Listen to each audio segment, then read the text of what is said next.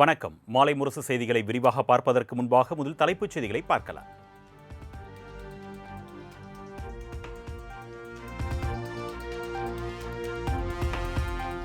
உத்தரப்பிரதேச மாநிலம் சுல்தான்பூரில் பூர்வாஞ்சல் விரைவு சாலையில் தரையிறக்கப்பட்ட விமானப்படை விமானம்.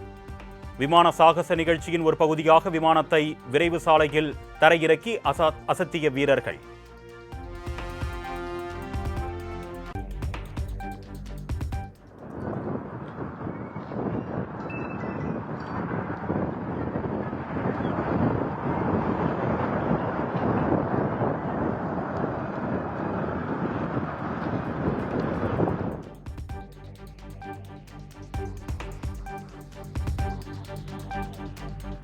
புதுக்கோட்டை அருகே பேருந்து நிலையத்தில் காத்திருந்த இளம்பெண் காரில் கடத்தப்பட்டதாக புகார். பெண்ணை கண்டுபிடித்து தர வலியுறுத்தி உறவினர்கள் சாலை மறியலில் ஈடுபட்டதால் போக்குவரத்து பாதிப்பு.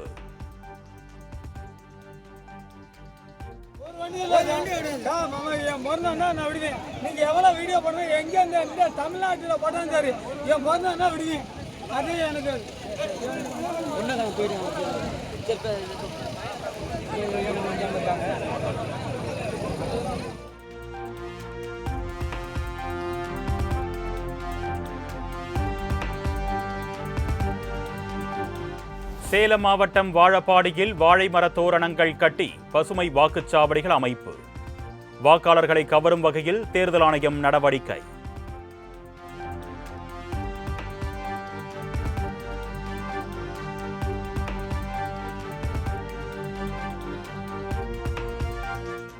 நெல்லை மாவட்டம் பாளையங்கோட்டையில் ஓட்டுக்கு இன்னும் பணம் வரவில்லை என்று வாக்காளர்கள் சாலையில் குவிந்ததால் பரபரப்பு.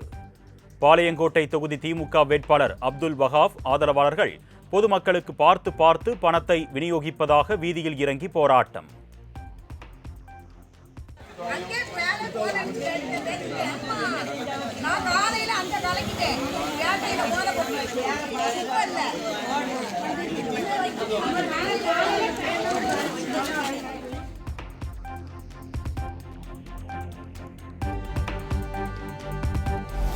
மக்கள் பிரதிநிதித்துவ சட்டப்படி தண்டிக்கப்பட்டு சிறையில் அடைக்கப்பட்டவர்களை வாக்களிக்க அனுமதிக்க முடியாது.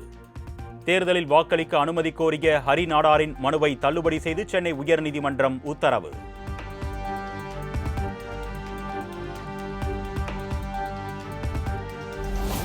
வாக்குப்பதிவு நாளான நாளை வாக்குச்சாவடி முகவர்கள் விழிப்புணர்வுடன் இருக்குமாறு தொண்டர்களுக்கு திமுக தலைவர் மு.க. ஸ்டாலின் மடல்.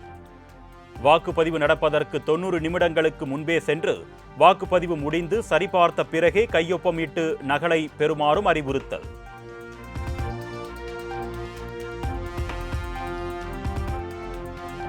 தமிழகத்தில் உள்ள அனைத்து வாக்குச்சாவடிகளிலும் உள்ள சிசிடிவிக்களின் எண்ணிக்கையை குறைக்க வேண்டாம் என்று தேர்தல் ஆணையருக்கு அதிமுக கோரிக்கை.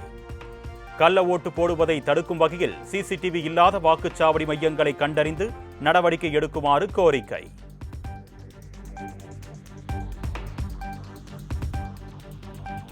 கோவை தெற்கு தொகுதியில் தேர்தலை நிறுத்துமாறு அதிமுக வேட்பாளர் அம்மன் அர்ஜுனன் தனது ஆதரவாளர்களுடன் தர்ணா. தான் போட்டியிடும் தொகுதியில் அதிக அளவில் பணப்பட்டுவாடா நடப்பதாகவும் தேர்தல் அதிகாரிகள் மெத்தன போக்குடன் நடந்து கொள்வதாகவும் குற்றச்சாட்டு.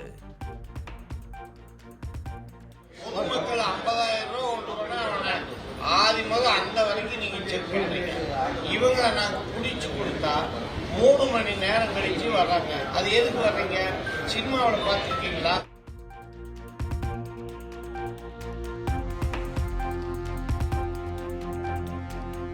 சென்னை திருவொற்றியூரில் அதிக அளவில் பணப்பட்டுவாடா நடப்பதாக தமிழக வெற்றிக் கழக நிர்வாகிகள் போராட்டம்.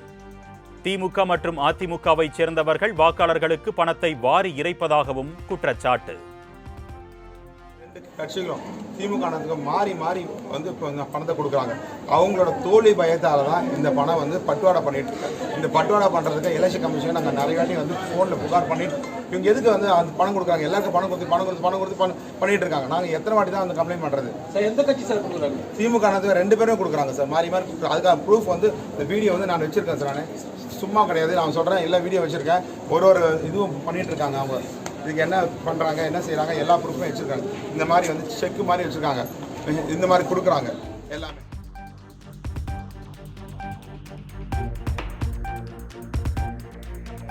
தமிழகம் முழுவதும் 5949 வாக்குச்சாவடிகள் பதற்றமானவை என்று தமிழக தலைமை தேர்தல் அதிகாரி அர்ச்சனா பட்நாயக் அறிவிப்பு.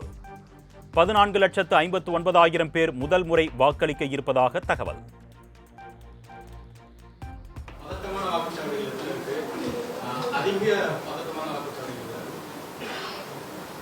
மொத்தமா 3025 லொகேஷன்ஸ்ல 5949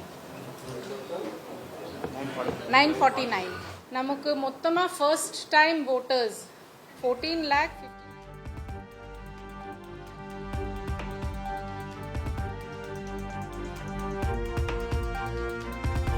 தமிழ்நாடு முழுவதும் தபால் வாக்குப்பதிவு நிறைவடைந்த நிலையில் மொத்தம் 4,81,000 தபால் வாக்குகள் பதிவு.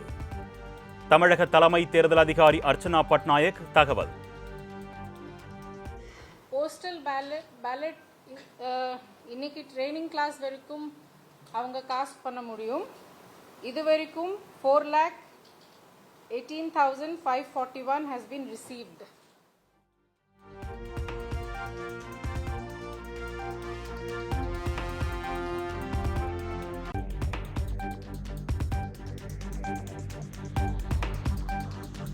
சட்டமன்ற தேர்தலையொட்டி இதுவரை தமிழகம் முழுவதும் 1262 கோடி மதிப்பிலான பணம் பொருட்கள் பறிமுதல். முறையான ஆவணங்களை தாக்கல் செய்ததால் கைப்பற்றப்பட்ட பணத்தில் 719 கோடி ரூபாய் மதிப்பிலான பணம் பொருட்கள் உரியவர்களிடம் ஒப்படைப்பு என அர்ச்சனா பட்நாயக் தகவல்.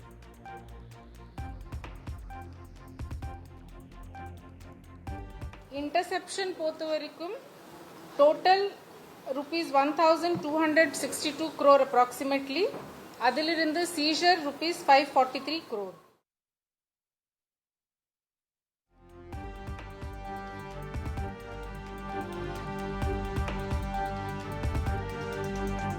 தமிழகம் முழுவதும் வாக்குச்சாவடி மையங்களில் சிசிடிவி கேமராக்கள் அமைத்து கண்காணிக்க ஏற்பாடு. பிரச்சினைக்குரியதாக கண்டறியப்பட்ட 5,000க்கும் மேற்பட்ட வாக்குச்சாவடிகளில் கூடுதல் பாதுகாப்பு போடப்பட்டிருப்பதாக தலைமை தேர்தல் அதிகாரி அர்ச்சனா பட்நாயக் தகவல்.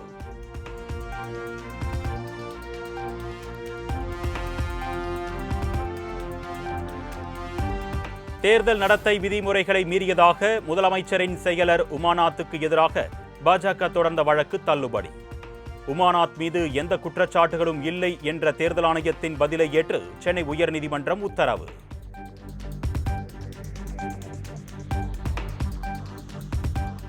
கடலூர் மாவட்டம் வடலூரில் வீடு ஒன்றில் அடுத்தடுத்து 2 சிலிண்டர்கள் வெடித்து விபத்து.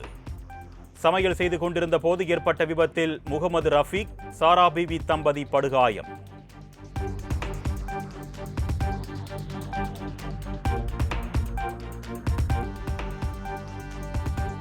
மகாராஷ்டிரா மாநிலம் புனேவில் சாலையில் சென்று கொண்டிருந்த பேருந்து திடீரென அருகே இருந்த கடைக்குள் பாய்ந்து விபத்து.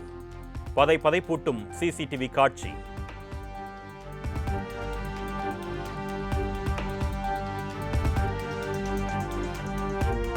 செவ்வாய் கிரகத்தில் உயிர்கள் வாழ்ந்ததற்கான புதிய ஆதாரமாக இதுவரை கண்டறியப்படாத 7 கரிம மூலக்கூறுகள் கண்டுபிடிப்பு. நாசாவின் ரோவர் கண்டறிந்த மாதிரிகள் பூமியில் உள்ள RNA மற்றும் DNA-வுக்கு முன்னோடியாக கருதப்படுவதாக தகவல்.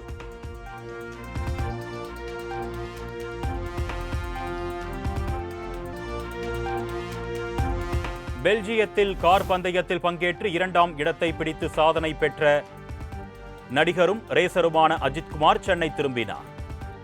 நாளை சட்டமன்ற தேர்தல் வாக்குப்பதிவு நடக்கவிருக்கும் நிலையில் வாக்களிப்பதற்காக வந்தடைந்தார்.